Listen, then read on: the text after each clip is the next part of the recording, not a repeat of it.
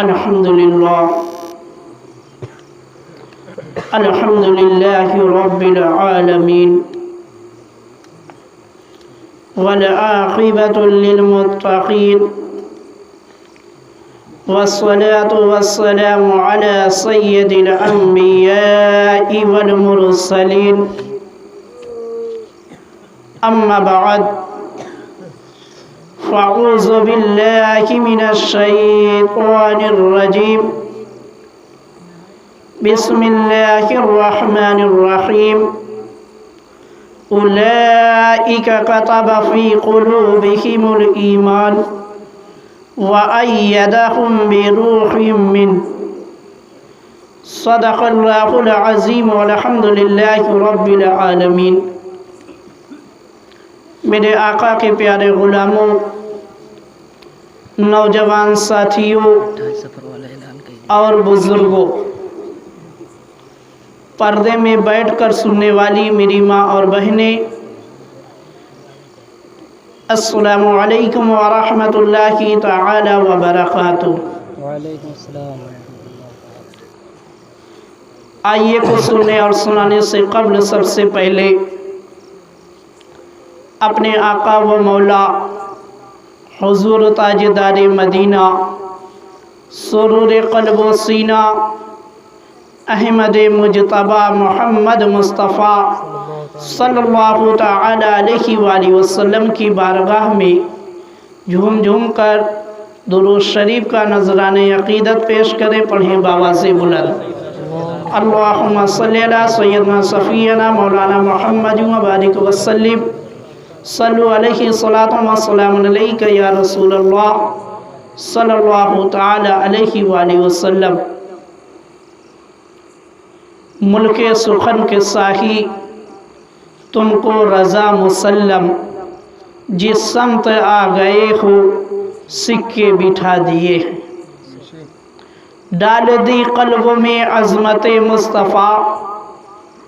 ڈال دی قلب میں عظمت مصطفیٰ، سیدی اعلی حضرت پہ لاکھوں سلام۔ میرے مسلمان بھائیوں، آج کا یہ پروگرام عرس اعلی حضرت کے نام سے رچایا اور سجایا گیا ہے۔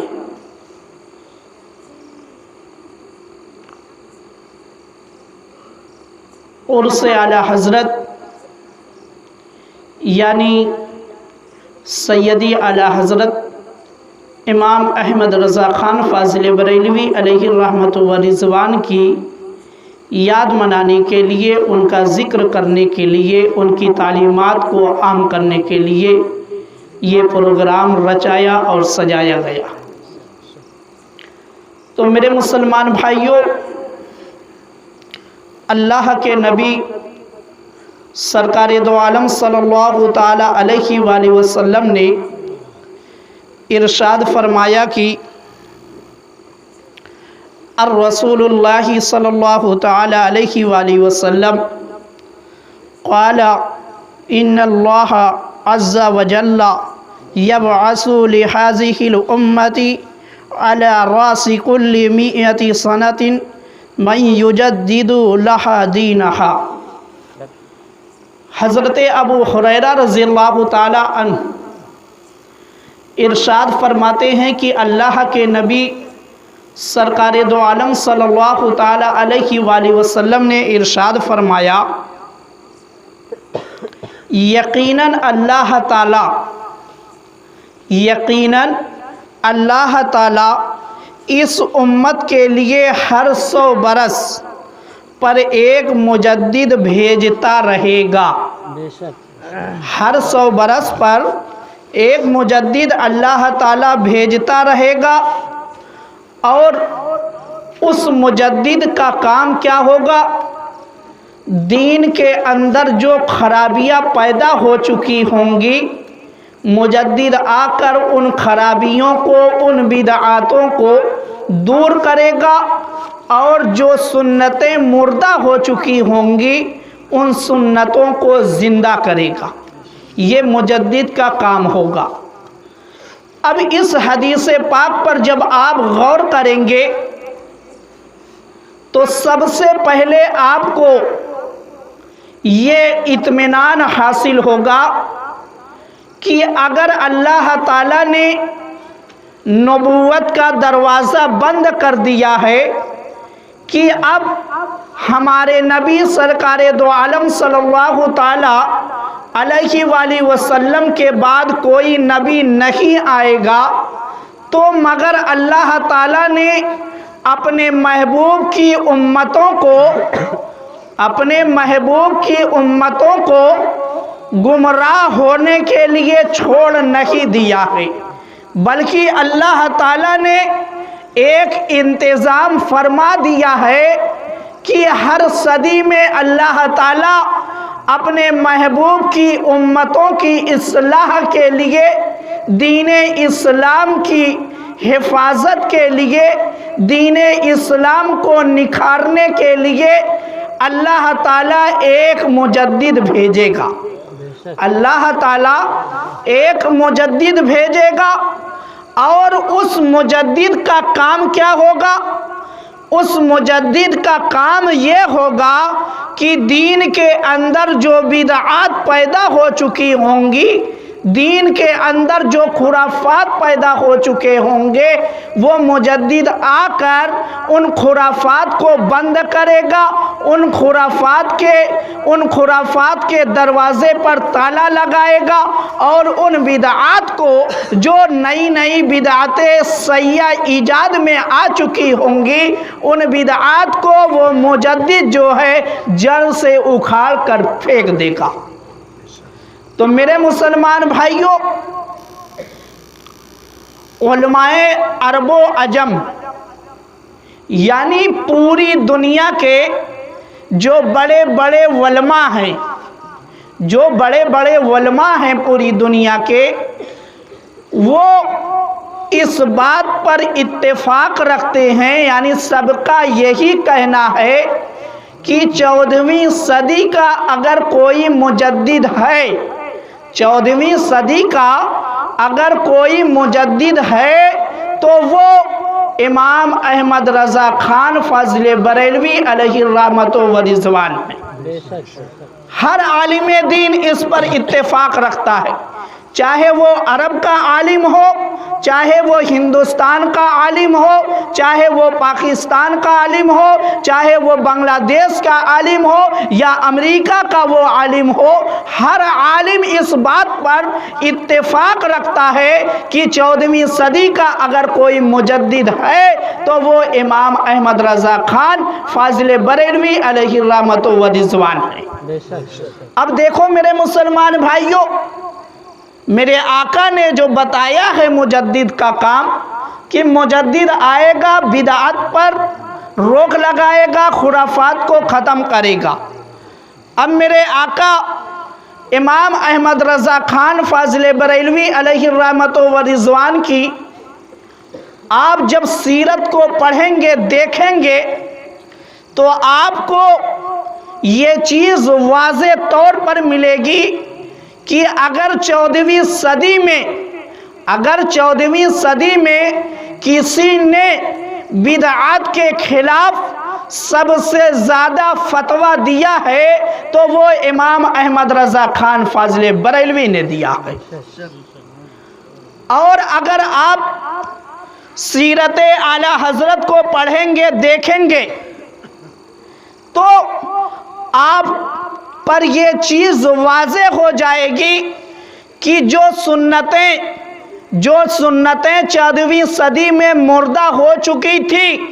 ان سنتوں کو زندہ کرنے والا اگر سب سے زیادہ کوئی عالم ہے، کوئی مفتی ہے، تو وہ امام احمد رضا خان فاضل بریلوی علیہ الرحمۃ والرضوان ہے۔ تو میرے مسلمان بھائیوں، میرے آقا اعلیٰ حضرت